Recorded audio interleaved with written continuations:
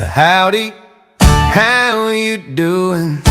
Welcome to Tailgate Talk with Kathy and Carolyn. Come on in and sit for a spell. We gonna talk a little bit about Carbon Creek Farms, but we're mostly gonna talk about Longhorns. They can't help it, so let's do this. Welcome to Tailgate Talk. Hello, everyone, on this chilly Sunday. Hope everyone's staying warm and your animals are feeling feisty. Yes. We've been watching babies run across the field, trying to get their blood flowing, I'm pretty sure. Yep. So we're going to start off with our tailgate quote, or our Longhorn quotes, not tailgate quotes. Our Longhorn quotes. So here we go. Strength tempered by patience is the Longhorn's way. The Longhorn's roar, excuse me, is silent but felt in every field. I'm not sure about that one. They're not like they're a lion or anything like that. Longhorns teach us to stand firm in shifting winds. I like that one because that's a teachable one. So And it leads in, excuse me, it leads into what we're talking about today. Yeah. Today is Graves Peeler. Yeah, the peeler herd.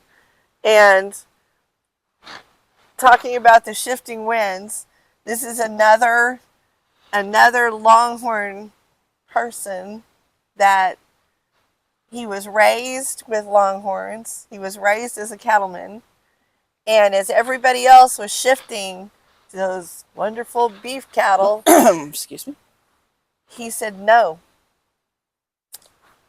He decided to stick with his Longhorns because he felt that his Longhorns were better and hardier than those other beef cattle, and that he liked them better, and that there wasn't anything else. Kind of like some of our Longhorn folks are standing up for, the traits of the Longhorn. The reason why a lot of us got in and not chasing the fads. Exactly. He felt like they were the only cattle worth owning. Ooh. That's the way I feel. Yes. Instead of every cow looking the same. Yeah. But he was also instrumental in helping in 1927 with Frank Dobby when they were collecting the cattle for the Wichita Refuge. Oh. He was asked to help. And so he was instrumental in helping to get the Wichita Refuge cattle collected.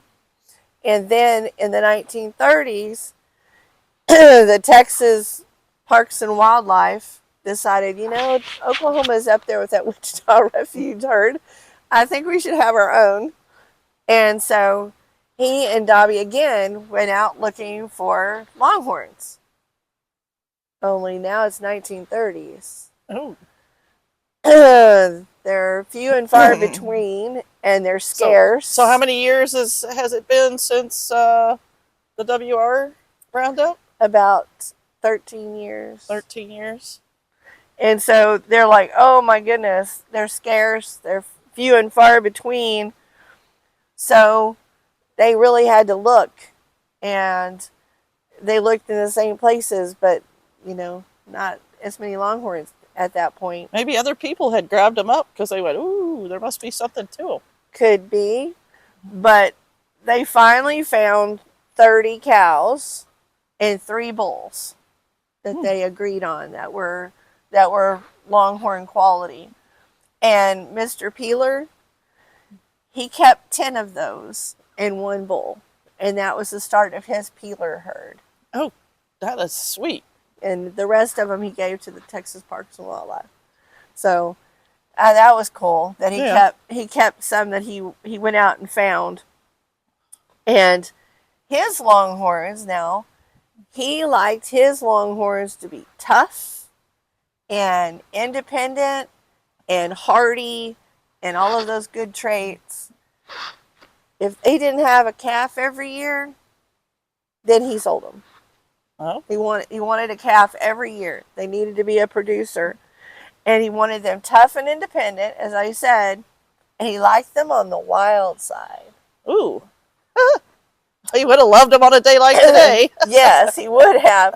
And it's they talk about that at an auction once there was a cow that was just being very ornery and chasing people, and everybody's like, "Ooh, we're not gonna bid on that one." He went, "Woohoo!" and he bid out and bought that one because he liked her tenacity and her fight. So that's what he liked in his herd. Was he sold on any colors? No. They didn't care what color they He were. didn't care about color at all.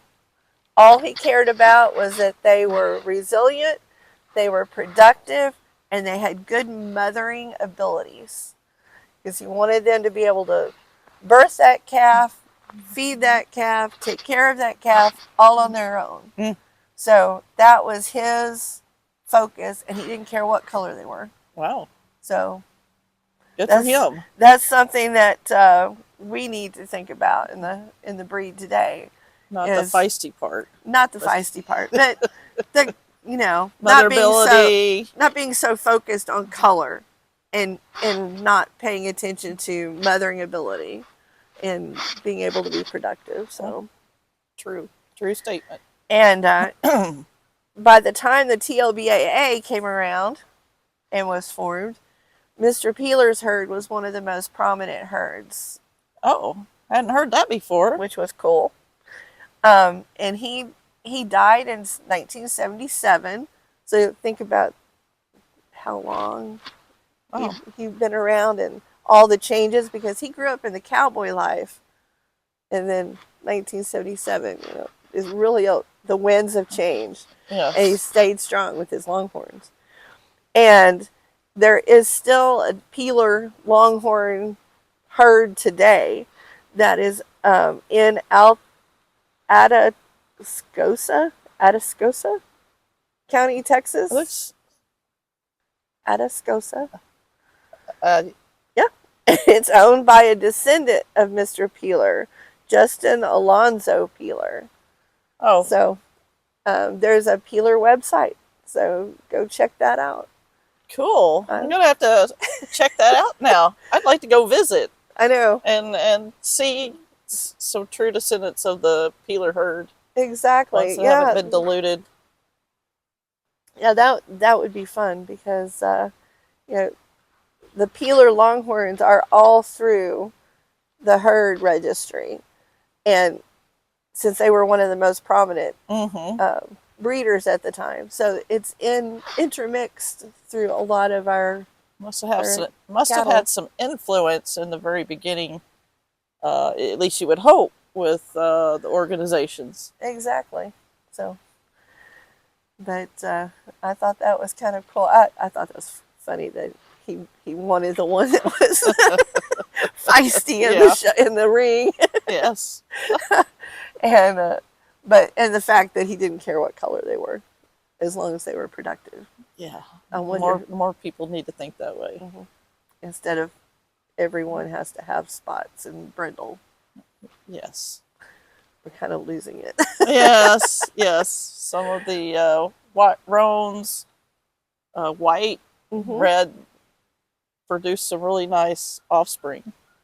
And they have horn. Yes. Just mothering ability and yes, all of that. Yeah. Well, I guess that concludes it for today. We're gonna go get where it's warm. So everybody have a great week, and we'll see you next week. Thanks for joining us on this episode of Tailgate Talk, brought to you by Carving Creek Farm, Weatherford, Texas.